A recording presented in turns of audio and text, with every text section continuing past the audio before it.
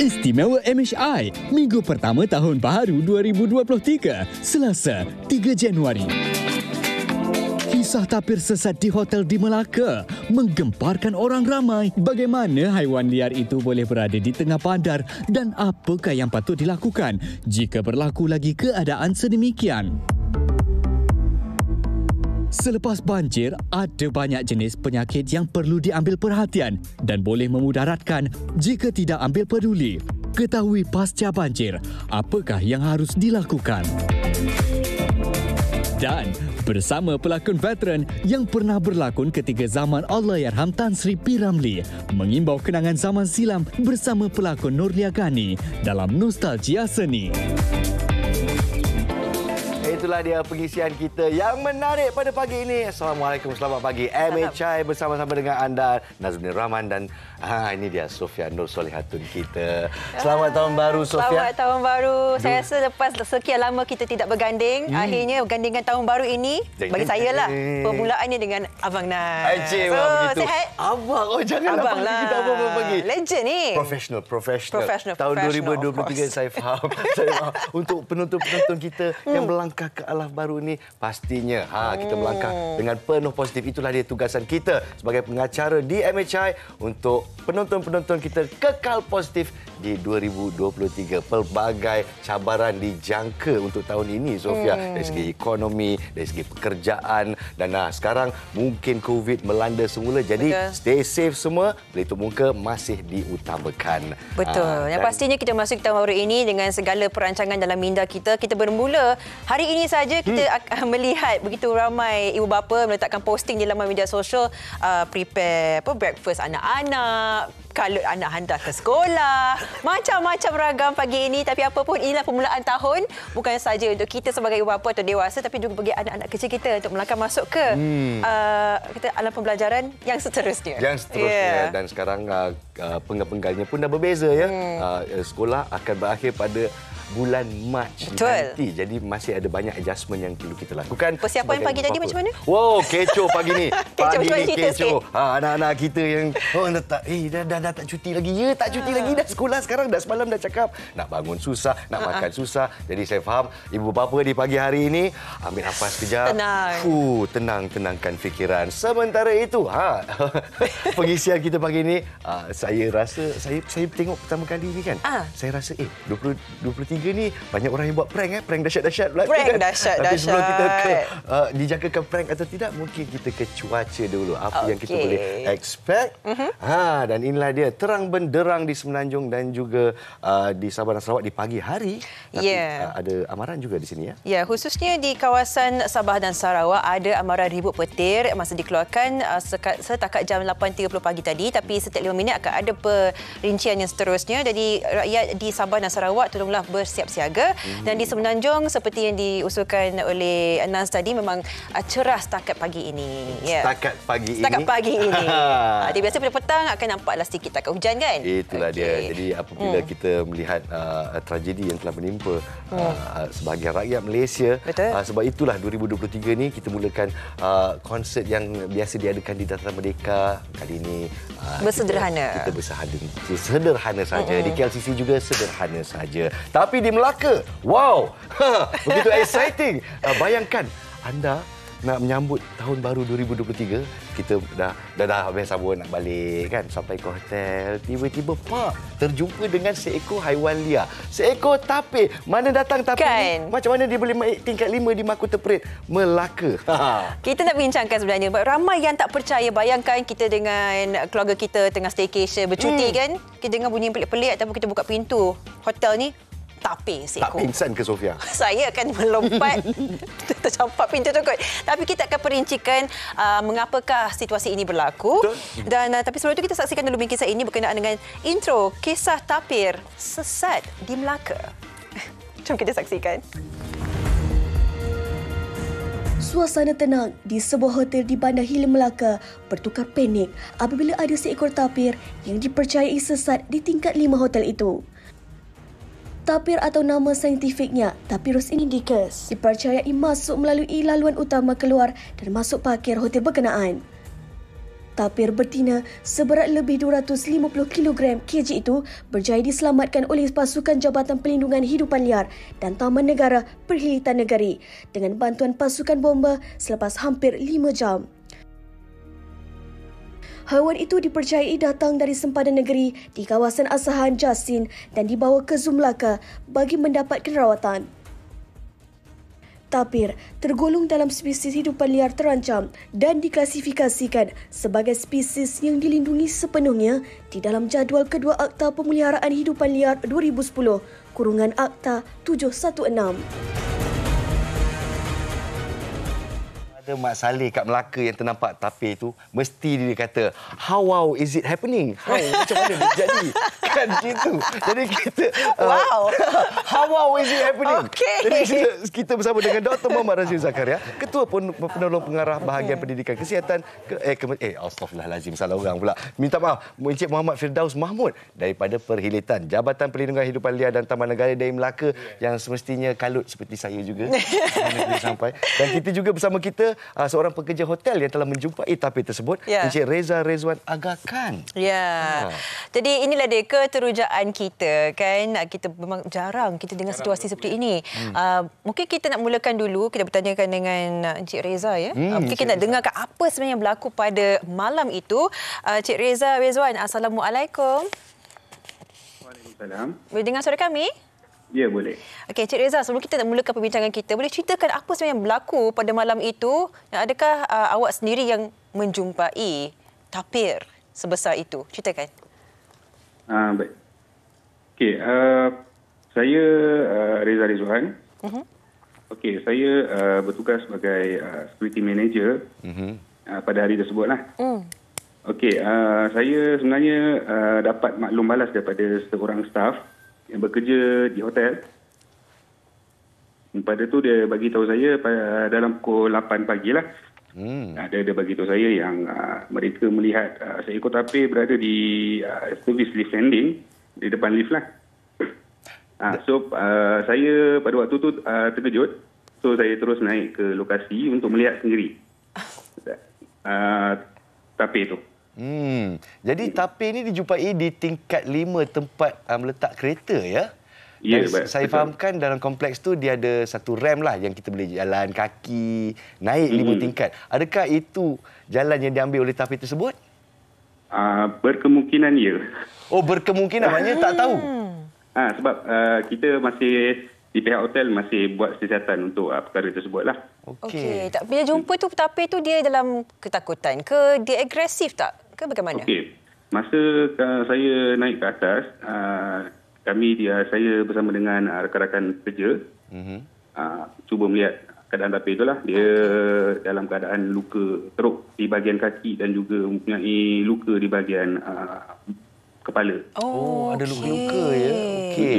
Sebab untuk tindakan pertama apa yang saya buat, sebab kita tak nak ada berlaku kecohan ataupun kelang kabut kat area tu.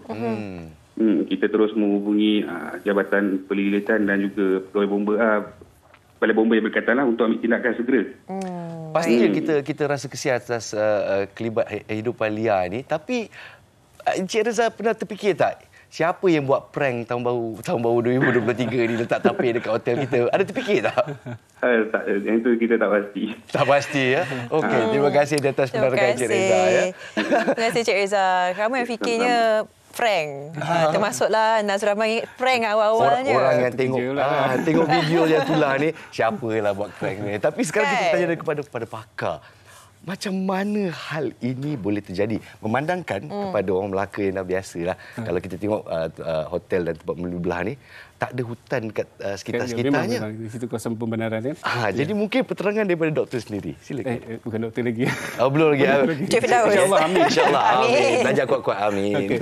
Okey, secara amnya, negeri Melaka ni memang kita, walaupun kecil, tapi dia punya diverse wildlife tu memang agak pelbagai ya. Berbagai lah. Contohnya kita ada hutan simpan di Bukit Sedanan dan Batam Melaka dan juga reserve Bukit Segi yang merupakan koridor kepada wildlife lah. Jauh. Jadi, jauh. Dia agak jauh juga tu ke maksudnya dia kalau kita tengok secara logik tu dia di sebelah utara lah. Utara. Jadi apa yang kami dapati seperti yang tadi sampai saudara Riza call tadi, dia telah terdapat kecederaan di kaki lah akibat daripada terkena jerat lah. Kemudian dalam hutan banyak obstacle untuk dia bergerak dan banyak halangan untuk dia menaik kaunter dalam hutan tu agak sukar. Dia akan mencari jalan mudahlah untuk keluar mencari makan dan menyelamatkan diri. Dia rasa macam dah terancamlah duduk di dalam hutan itu sendiri dan bergerak menuju ke selatan lah. Jadi kita dalam masa sama kita telah pun menyeraplah kehadiran sebab kita dapati dia telah melepasi lebu MMJ tu. Kita takut nanti dia akan berlanggar dan sebagainya lah. Jadi kita pun telah dalam masa tempoh 2 minggu sebelum kejadian kita telah menggerakkan kita punya task force untuk mengesan kedudukan. Jadi pada masa itu kita nampak abnormality lah. Dia punya pergerakan tu agak macam kelang kabut.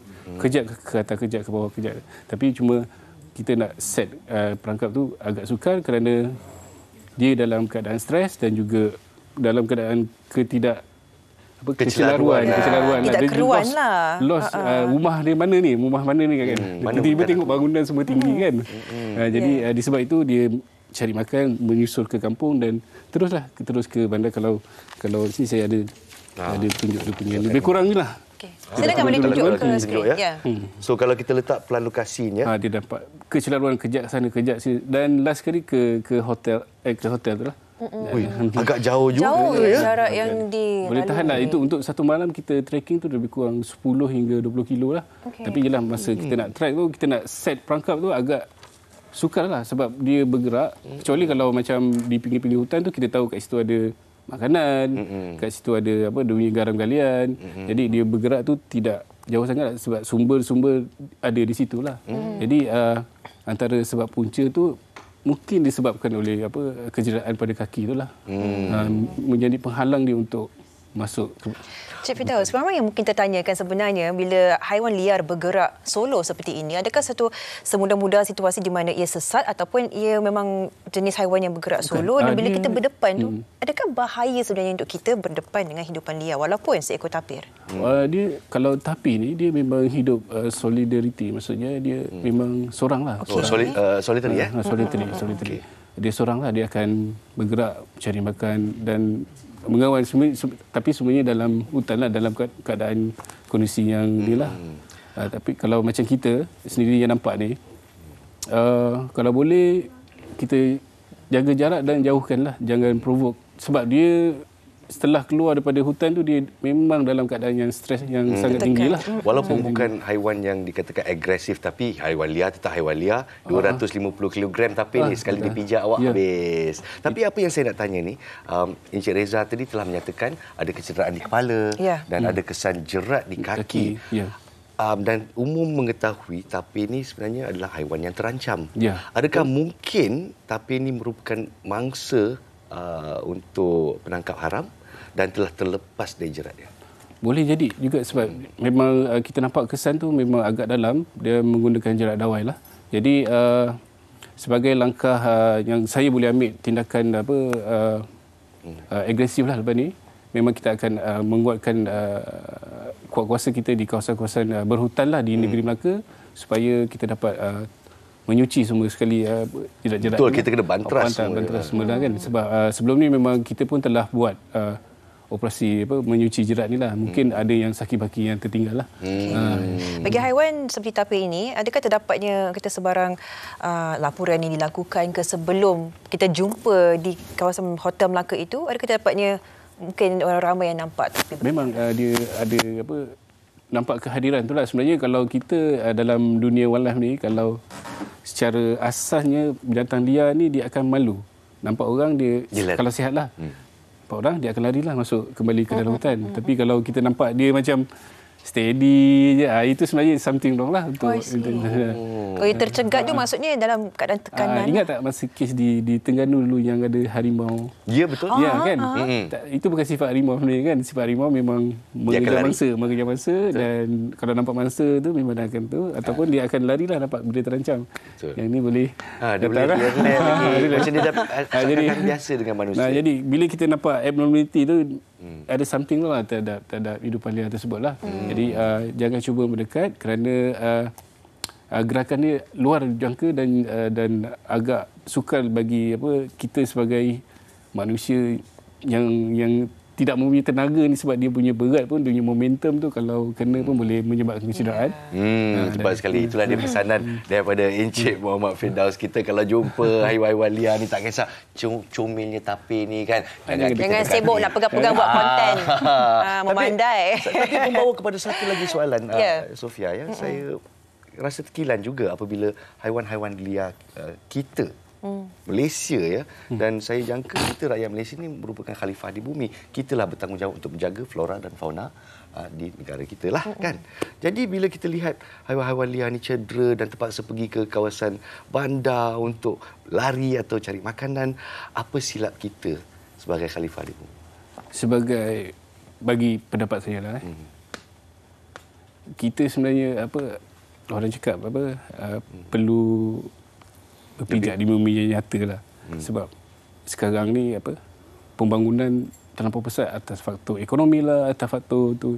Jadi saya minta sama ada antara kerajaan ataupun antara NGO atau antara pemaju itu sendiri yang apabila merancang sesuatu pembangunan perlulah melihat aspek kebajikan orang yang hazanah yang ada di dalam hutan itulah supaya dia akan kekal seperti yang kita tahu dulu sejarahnya daripada kapal banjir dulu dan kemudian dia tersebar apa semua kan.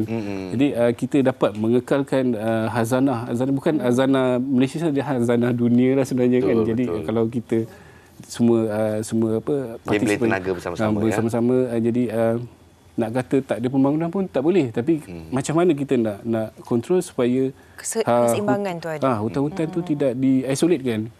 Sekejap buka sini lalas terputus. Jadi macam mana binatang tu nak bertemu dan dia perlukan roaming area dan kawasan keliaran yang sangat luas. Kita ni ada hutan simpan, jadi dia harus disambungkan koridor-koridor tersebut. Oleh itu, kerajaan dan juga pemaju untuk saya di sini harus menyembelih tenaga bersama-sama untuk mencari jalan untuk kita kekalkan khazanah negara kita. Saya setuju. Kita nak tanya macam mana tapir itu kan? Cik Firdaus, kita dengarkan dah dijumpai, dah diselamatkan. Keadaan tapir sekarang macam mana? Tapi masa kita dapat tu seperti yang tuan-tuan maklum, sangat kritikal lah. Sebab dia very highly injured dan disebabkan oleh tekanan yang ada kat situ. Pada peringkat permulaannya bangunan tu tak ada orang kan. Kemudian bila dah ramai pengunjung, banyak kereta lalu lalang, dia agak panik dan merempuh, dan itu yang kita dapat tadi tahu dia ada kecederaan semua kan di bahagian kepala. Jadi kita ketika sampai di zoo kita untuk melakukan rawatan susulan. Tapi buat masa ni dia masih kritikal masih kritikal dan juga kita harap dia boleh survive ya. Lembutnya hati Sofia, itu yang ditanyanya. Jadi saya di kesempatan ini saya nak mengucapkan adalah pihak Veterina Zoo Melaka yang sangat membantu. Sangat berani juga. Kalau tuan-tuan tengok di dalam gambar tu memang berani memang beranilah. Alhamdulillah. Dan tidak kurang juga dengan usaha daripada Tuan Muhammad Firdaus ni. Dan juga jabatan-jabatan seperti Jabatan Bomba, pihak polis, apa yang kita buat ni sebenarnya usaha kerjasama yang saya nampak itu dari sisi positif ni, kerjasama antara agensi tu sangat baik walaupun kadang-kadang kita jarang berjumpa kan, tiba-tiba bila jadi tapi bila ada krisis tu semuanya apa tu orang kata pergi tenaga tak kira tenaga lah. Alhamdulillah. Kita harapkan bukan sekadar agensi dan agensi saja yang bekerjasama, tapi kita sebagai rakyat Malaysia, sebagai penghuni bumi ini kita juga kalau boleh janganlah kita menjadikan situasi seperti ini sebagai bahan gelak saja. Tapi perkara yang serius, mungkin kalau apa-apa haiwan yang kita jumpai, haiwan liar, kita boleh terus menghubungi pihak pelitan secepat mungkin dan tidak viral kan. Betul. Disebabkan inilah yang tapir itu mengalami kecederaan yang lebih serius. Baik, kita ucapkan terima kasih sekali lagi. Sudi meluangkan masa, buka mata kita. Dan kita bukan terus... prank ya, Nas? Bukan prank. Bukan prank. Sekarang baru saya tahu bukan prank. Alhamdulillah, kalau siapa yang buat prank itu memang sangat-sangat berani. Tapi yang penting kita rakyat Malaysia, kita jaga khazanah negara kita. Ya, betul. Sekali lagi terima kasih kepada pihak Pelitan Melaka dan juga penyawa awam, Jabatan Bomba, Polis dan Jabatan Veterina Melaka. Zoo. Zoo Melaka. Baik, terima kasih. Jadi kita berehat seketika di sini, Sofia. Ya, selepas ini kita akan bincangkan tentang pasca banjir, apa yang harus kita lakukan, dan selepas kita melalui tempoh yang sukar, apa pula penyakit bawaan air yang bakal ada jika kita tidak berhati-hati. Segalanya di Malaysia hari ini. Jangan ke mana-mana.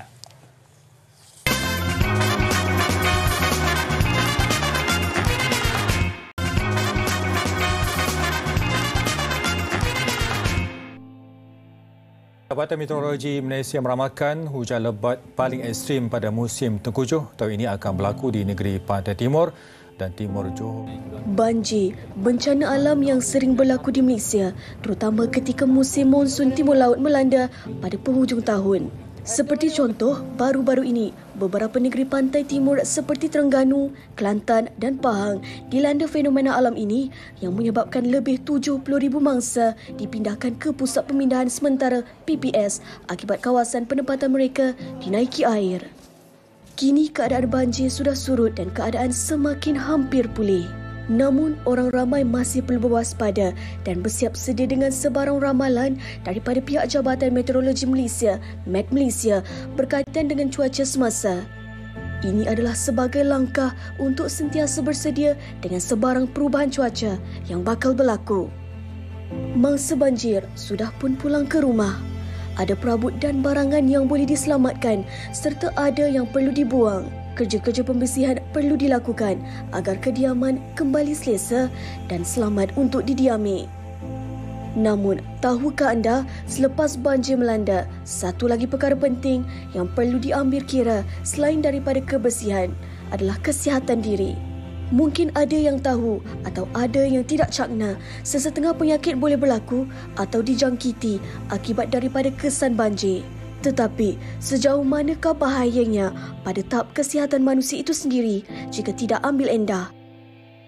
Apakah langkah yang perlu diambil agar tidak jatuh sakit kesan akibat bah yang melanda? Ya, kalau kita fikirkan tentang banjir ini kan, Nas, mungkin saya ramai yang bila air dah surut, okey, lega, tak payah fikir apa-apa dah. Tapi apa yang kita tak sedar adalah penyakit bawaan air, apakah implikasi terhadap anak-anak kecil kita kalau mereka ni, contohlah, merendam ke minum ke air itu, macam mana pula kan? Atau bila kita tengah buat kerja-kerja pembersihan, tiba-tiba terluka tangannya dan mendapat infeksi. Jadi semua ini kita harus cakna, terutamanya kepada rakyat Malaysia yang terkesan akibat fenomena banjir ini. Jadi kita bersama-sama dengan Dr. Muhammad Razif Zakaria. Betul, sekarang baru dia doktor. Ketua Penolong Pengarah Bahagian Pendidikan Kesihatan Kementerian Kesihatan Malaysia. Terima kasih, Doktor, kerana bersama-sama kita. Dan bagus juga mujur Doktor ada di sini sebab saya baru bercerita dengan Sofia. Ada satu video viral yang saya dah tengok. Saya rasa-rasa kita pernah berdiskusi di MHI. Dua lelaki mengambil roti dan dia celup dalam air banjir itu dan dia ngap, dia makan. Kalau anak saya buat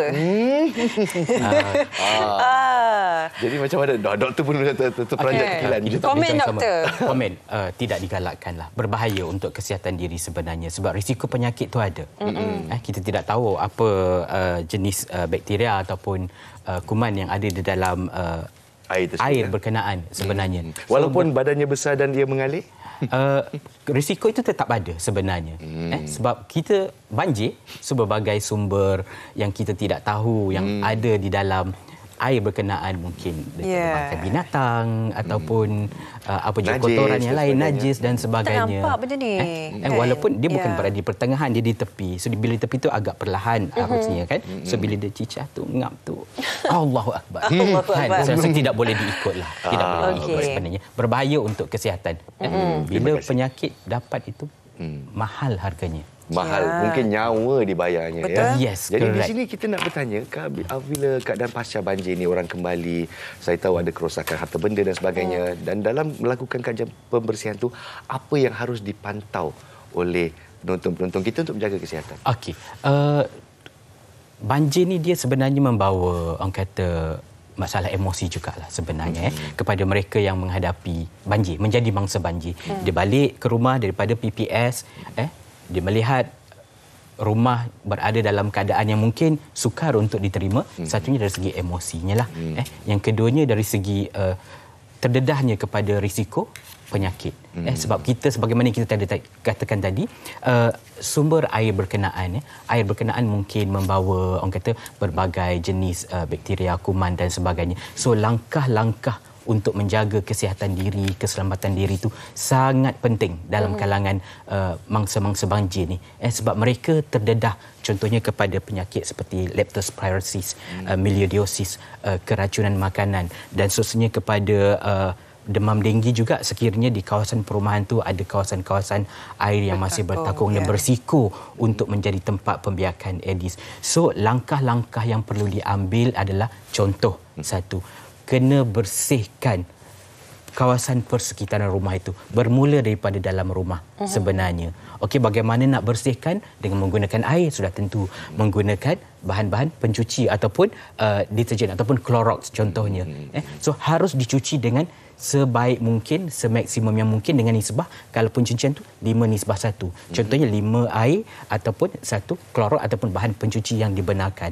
Sebab kita tidak tahu kuman apa, bakteria apa yang ada di kawasan perumahan kita. Okey, yang kedua dari segi diri kita sendiri pula. Sebab penyakit-penyakit itu dia mempunyai kontak terus. Andai kata kalau kita mempunyai luka pada badan lah, anggota badan contohnya. So apa yang perlu kita buat adalah kita balut luka berkenaan dengan plaster ataupun balutan yang kalis air. Pakai boot. Pakai sarung tangan getah. Tambahan lagi pakai juga goggles penutup muka supaya semasa kerja-kerja pembersihan itu tidak ada berlaku sebarang kontak dan secara tidak langsung mengurangkan kita daripada risiko mendapat penyakit. Begitu juga dengan peralatan-peralatan dalam rumah, pinggan, mangkuk, sudu, harus dibersihkan dengan sabun. Dengan deterjen lah, bagi mengelakkan sebarang jangkitan. Nampak, ya. Makanan-makanan yang kita tinggalkan semasa kita berada di PPS, yang berada dalam peti sejuk dan sebagainya, bekalan elektrik tak ada, mungkin telah luput, tidak sesuai lagi, dah makan, dah rosak. So harus orang kata dilupuskan. Begitu juga dengan sampah-sampah yang ada harus dilupuskan. Okey. Begitu juga di persekitaran rumah yang lain, di luar macam saya katakan tadi, berisiko dengan menjadi tempat pembiakan denggi. Betul. Contohnya. So banyak perkara ataupun langkah yang perlu diambil kira oleh mangsa banjir. Apabila mereka pulang ke rumah, perkara-perkara ini harus dilakukan. Selain daripada aspek-aspek melihat dari segi orang kata elektrik, lantai licin. Yalah, biasalah bila 2, 3, 4 hari dengan takungan air, kemungkinan lantai yang ada tiles akan dinaiki dengan lumut. So ada risiko untuk berlaku orang kata slippery, dia licin, dia boleh tergelincir dan sebagainya. Kawal anak-anak, jangan terlalu bermain dengan air yang bertakung contohnya di luar rumah. So benda-benda ini boleh menyebabkan penyakit. Minum air yang telah dimasak. Jangan sekali-sekali minum air yang mentah. Baik. Banyak perkara. Doktor, memang banyak protokolnya kalau kita sebut tentang kita kena cakna lah. Jangan ambil senang dan sambil lewa. Dan kita tahu daripada sudut perspektif KKM sendiri, bila kita menyentuh tentang menyantuni mangsa-mangsa banjir ini, apakah peranan dan apakah specifically atau secara spesifiknya dilakukan oleh KKM untuk membantu mangsa banjir ini bangkit kembali dan juga memastikan kesihatan mereka? Okey, satu yang utama bila saya sebut dari segi emosi dan juga mental. Kita di Kementerian Kesihatan juga sebenarnya kita mempunyai perkhidmatan psikososial. Dan macam sekarang pun kita dah mempunyai satu pusat yang dikenali sebagai pusat kecemerlangan kesihatan mental, yang mana kita ada talian Hill. Talian Hill di mana mungkin dalam kalangan mangsa banjir yang mempunyai perasaan stres, trauma, boleh menghubungi kita di talian 1555. If I'm not mistaken. 1555 4 kali 5. 15555 Talian Hill. Pusat kecemerlangan kesihatan mental. So ini antara perkhidmatan yang kita berikanlah selain daripada face to face yang kita berikan semasa kita ke PPS, dan juga selain daripada itu kita juga selepas banjir ni, pasca banjir, tim-tim kita akan turun juga ke lokasi-lokasi terpilih untuk membuat analisa dari segi risiko, sama ada kawasan berkenaan berisiko untuk menjadi tempat penyebaran penyakit dan sebagainya. Contohnya seperti denggi lah, akan membuat tempat pemeriksaan yang berisiko untuk membiak denggi contohnya. Aedes, bukan denggi. Aedes. Demam yang denggi. membawa demam denggi. Yang membawa demam denggi. Nyamuk Aedes. Okey. Baiklah, untuk kita gulung diskusi kita di sini, saya pasti mangsa-mangsa di luar sana yang terkilan, yang mungkin emosinya terganggu dan sebagainya. Tapi apakah pesanan pihak KKM kepada mangsa-mangsa ataupun penonton kita di luar sana? Apa yang harus dilakukan jika gelombang kedua berlaku? Ada juga di antara, buat apa kita nak bersihkan ni semua, nanti air naik balik. Tak apalah, kita biarkan aja, kita biarkan air naik. Ada orang yang fikir macam tu. Apa cerita? Dia memang akan ada.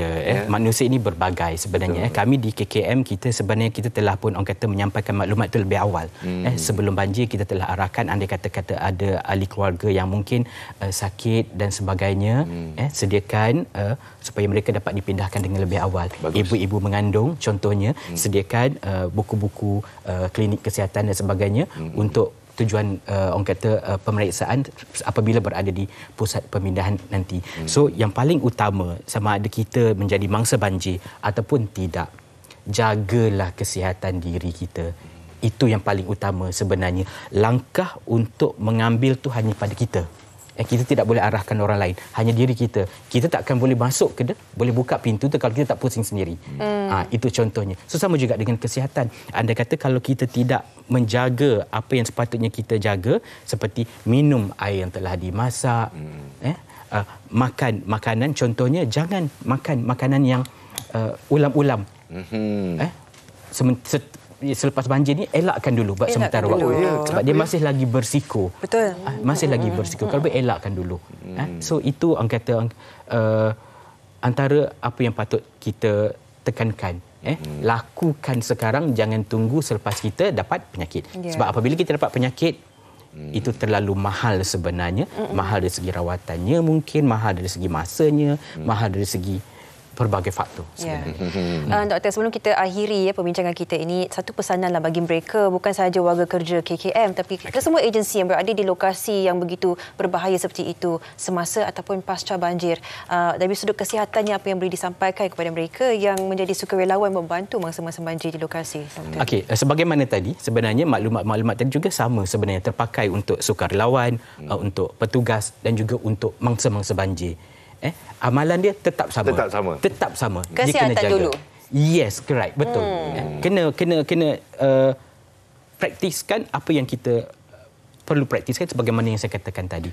Untuk petugas, bootnya pakai, sarung tangannya pakai, gogglenya pakai supaya tidak ada kontak terus dengan air, banjir dan sebagainya. Sebarang risiko kita elakkan. Risiko ada di mana-mana, kita harus elakkan supaya kita tidak menjadi salah seorang pesakit sebagaimana leptospirosis yang boleh menyebabkan kematian. Dalam hal ini, mungkin ada satu soalan yang saya mesti tanya untuk mangsa-mangsa banjir di luar sana. Apakah simptom-simptom yang harus dipantau? Macam orang tiba-tiba terkena food poisoning dan sebagainya, dia tak tahu cerit-berit ke, muntah-muntah ke, macam mana? Kalau macam leptospirosis, dia ada demam panas, sakit kepala, loya, muntah, cerit-berit, sakit otot, jaundice, mata merah. So itu antara contoh-contoh gejala. Jaundice kalau mata dah mula kuning dan sebagainya itu terus conjunctivitis, sakit mata pun merupakan antara penyakit yang boleh berlaku semasa berada di PPS. Betul. Penyakit berjangkit sebagainya. So keracunan makanan juga, loya, muntah, Okey. Birit sebagaimana itu nyatakan. Saya kira apa jua simptom yang kita hadapi itu jangan apa jua bersoal. Betul. Jumpa doktor. Terus segera ke klinik kesihatan dapatkan rawatan. Itu yang paling utama. Jadi jangan berlengah-lengah jikalau anda di luar sana yang merupakan mangsa banjir ataupun sukarelawan. Jikalau menghadapi gejala-gejala seperti itu, sila terus ke hospital untuk mendapatkan rawatan dengan segera. Ya. Alhamdulillah, terima kasih. Kita ingat tahun 2023 ni kita prioritize utamakan kesihatan kita ya. Okey, kita ucapkan terima kasih kepada Dr. Muhammad Razif Zakaria, Ketua Penolong Pengarah Bahagian Pendidikan Kesihatan Kementerian Kesihatan Malaysia KKM sudi meluangkan masa. Terima kasih. Thank you so much. Selamat tahun baru. Selamat tahun baru Doktor. Okay. Baiklah, kita berehat seketika. Saya bersama dengan pencinta tapir Sofia di sini. Tengok dia black and white pada hari ini. Yes. I love tapir. Apa sudah jadi Sarip? Apa sudah jadi? Kita tentang Sarip lah. Cerita pasal Sarip Dul. Saya ni suka cerita pasal cerita Allahyarham Tan Sri P. Ramlee. Dan cakap pasal nostalgia ni. Selepas ini, jangan ke mana-mana. Kita bersama dengan seorang legenda nostalgia seni. Siapa? Kita gelarkan dia Mama selalunya. Dan popular dengan siri Opah suatu ketika dulu. Siapa ingat? Bagus, jangan ke mana-mana. Terus menonton Malaysia hari ini.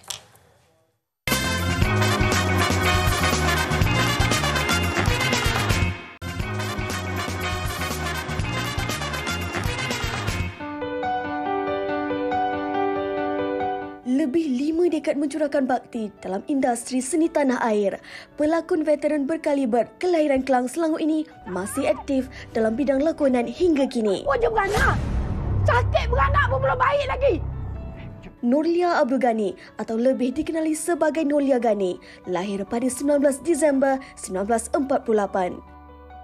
Sepanjang kariernya, pelakon berusia 74 tahun ini terlibat dalam 20 filem, lebih 30 drama dan 22 telefilm. Mula menempa nama setelah bergelar Ratu Cantik pada penghujung 1960-an. Kemenangan itu membuka jalan untuknya membintangi filem pertama berjudul Kancan Tirana yang ditayang pada 1969. Malah dia pernah mendapat tunjuk ajar daripada seniman agung Allahyarham Tan Sri P. Ramlee. Mengukuhkan lagi namanya pada sekitar 1980-an, generasi yang membesar ketika itu pasti sinonim dengan drama Opah yang menyaksikan Nolia memegang watak sebagai Joya. Sehingga kini, nama itu masih disebut-sebut oleh peminat. Impak watak itu melonjakkan lagi namanya dalam bidang seni lakonan. Semangat dan minat yang mendalam terhadap industri seni tanah air memberi kekuatan buat pelakon versatil ini meneruskan perjuangannya dalam dunia lakonan. Nolia Ghani adalah antara ikon yang boleh dijadikan contoh buat penggiat seni tidak kira baru atau lama.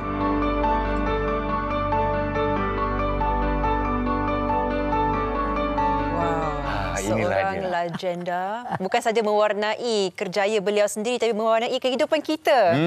Selama 53 tahun. Sejak 1969. Kagum saya Mama Nolia Ghani ada bersama kita. Terima kasih banyak-banyak. Terima kasih sudah datang. Dan saya difahamkan Mama Nolia ni busy orang dia.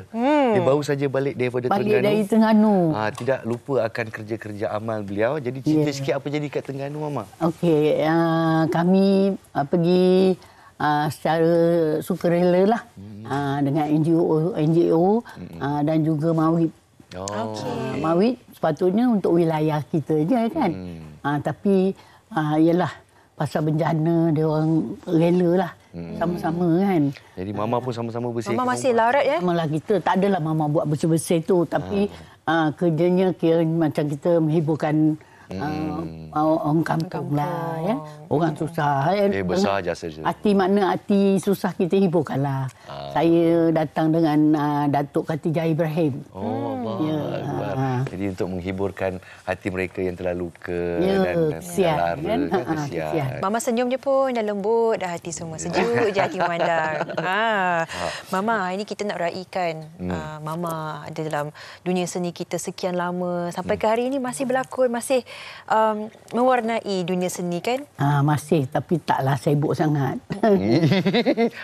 kita anak dara kan. Jadi dah kurang sikit tapi siapa yang biasa melihat Mama Nolia Ghani di kaca TV memang takkan lupa. Saya masih ingat lagi sebab dia ada tunjuk drama tu masa movie tu masa saya kecil-kecil.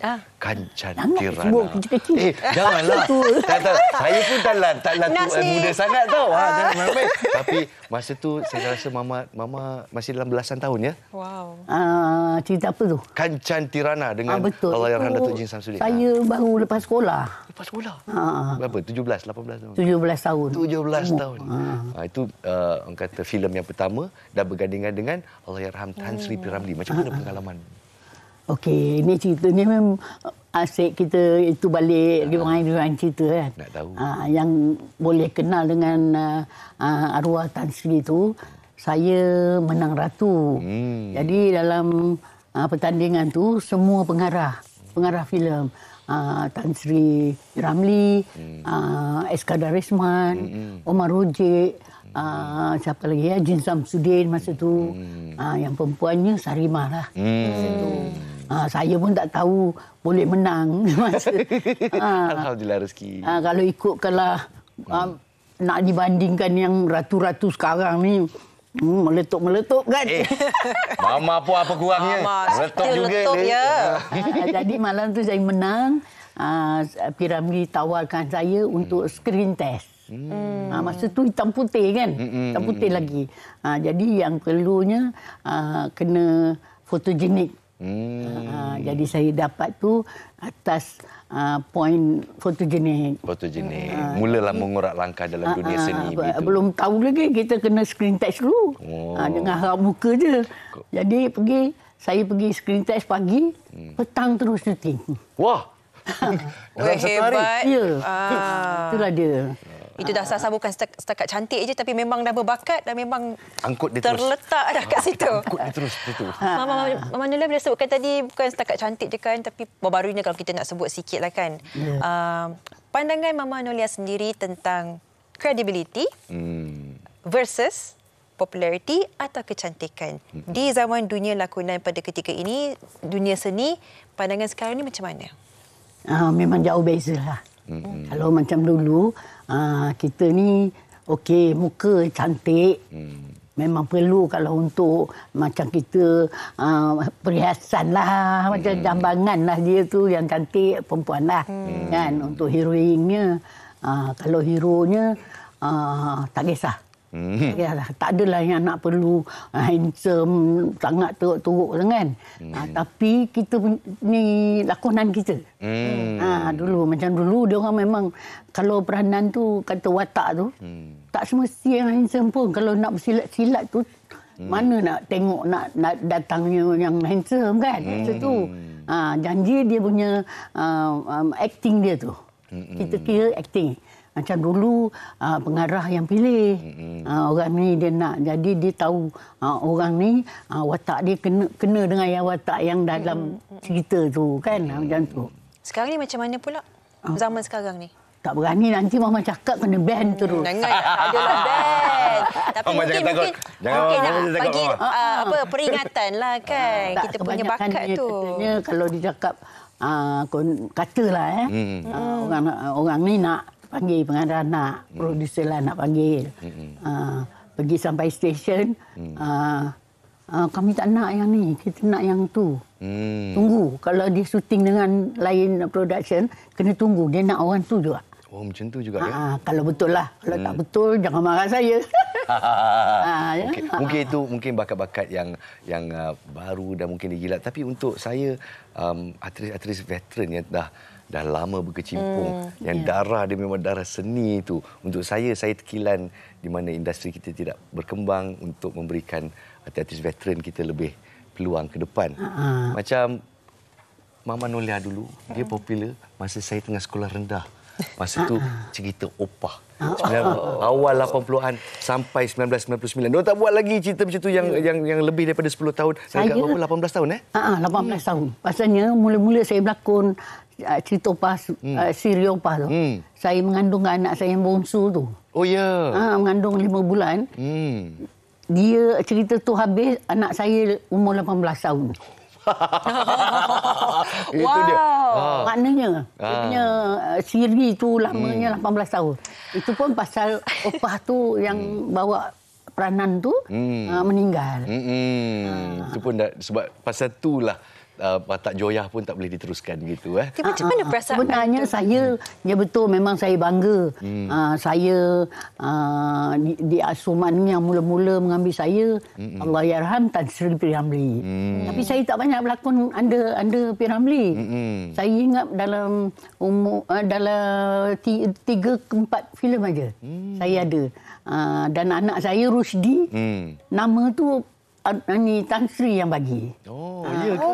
Salah satu filem tu saya masa tu mengandung lah. Mengandung. Jadi bila dah lahir tu dia bagi nama. Cerita Dr. Rusdi. Oh ya. Jadi anak saya dapat nama tu. Dapat. Dan Rusdi Ramlee pun dapat darah seninya juga. Mengalir juga dalam badan tu. Bila filem kita masa tu saya di Merdeka, bukan dari Singapura ke mana kan. Jadi Merdeka Studio agak macam kelam sikit lah. Kelam orang dah buka ni video. Jadi kurang saya pergi ke RTM. Mula-mula tu pergi RTM, Ibrahim Din bawa. Ibrahim Din. Masa tu ikut lawak-lawak. Jangan radio kan. Dan dari situ saya lompat pula.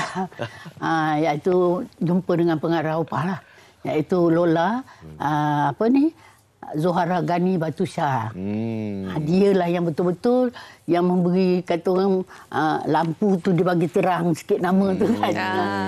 Opah lah. Dan berarti Mama Nolia sekarang contemporary dan lebih dikenali sebagai dengan role-role yang ada komedi sikit. Saya rasa Mama Nolia ni antara pelakon yang versatile lah. Sekarang buat rancangan lawak pun boleh dan sebagainya. Mungkin pesanan kepada penonton kita yang mungkin ada cita-cita Sofia nak jadi pelakon yang hebat. Apa yang harus mereka lakukan? Apakah gerak langkah mereka dan apa yang perlu digilap? Kalau banyaklah peluang. Sekarang budak-budak muda ni suka glamour. Tapi kalau berlakon ni bukan glamour je. Okey, kalau katakan nakkan cantik, memang banyak cantik. Jadi dari segi lakonan tu yang kita nak kira. Bukan orang yang follow Instagram tinggi-tinggi nak. Kalau follow tinggi-tinggi pun ada peluang tu. Itu bonus lah. Ya, tapi betul. Bukan nombor satu. Jadi kalau untuk yang baru-baru ni kita jangan harap sangatlah yang tu cantik itu kita nak lakonan dia. Tapi ada juga yang baru-baru pelakon baru sekarang ni memang talented. Memang package. Ada package. Mama pun nampak sendiri nah. Wah, Mama kalau tak berlakon, Mama jadi penonton. Bagus. Mama suka je. Bagus. Mama suka tengok yang bagus. Kalau yang macam kayu pun ada juga. Biasalah kan. Semuanya mendapat peluang di pesada satu perjalanan. Itulah dia pesanan Mama kita. Kecantik satu cantik, popular memang popular, tapi mutu lakonan tu kita jangan pinggirkan. Itu yang mustahak. Kata yang veteran untuk anda semua. Ya, saya rasa Mama Nolia pada di sini memberikan satu semangat yang besar lah dalam dunia lakonan ini untuk memberikan inspirasi yang lebih jauh lagi. Semoga banyak lagi job lah lepas ni, banyak lagi lakonan. InsyaAllah. Amin. Semoga Mama Nolia Ghani terus tak tahu ni banyaklah job. PKP dah habis. Ada dua dah. Ada PKP dah? Dua. Alhamdulillah. Untuk tahun 2023. Bagus. Alhamdulillah. Moga cerah-cerah lah lagi. Spotlight tu kan. Semoga terus. Kita terangkan lagi. Jalan terus Mama Nolia Ghani. Terima kasih banyak-banyak berkongsi pengalaman dengan kita. Satu hari insya-Allah kalau saya dapat kongsi scene, kongsi babak dengan Mama Nolia Ghani memang jadi penghormatan buat saya. Saya jadi ekstra bawa kopi pun boleh lah. Itulah dia. Mama Nolia boleh panggil Mama, saya. Kopi Mama. Kopi Mama. Jalan ke belakang. Terima kasih Mama Nolia, kita berehat rehat. Dan apabila kita kembali, kita gulungkan Malaysia hari ini dengan apakah topik seterusnya. Sekalian di MHI.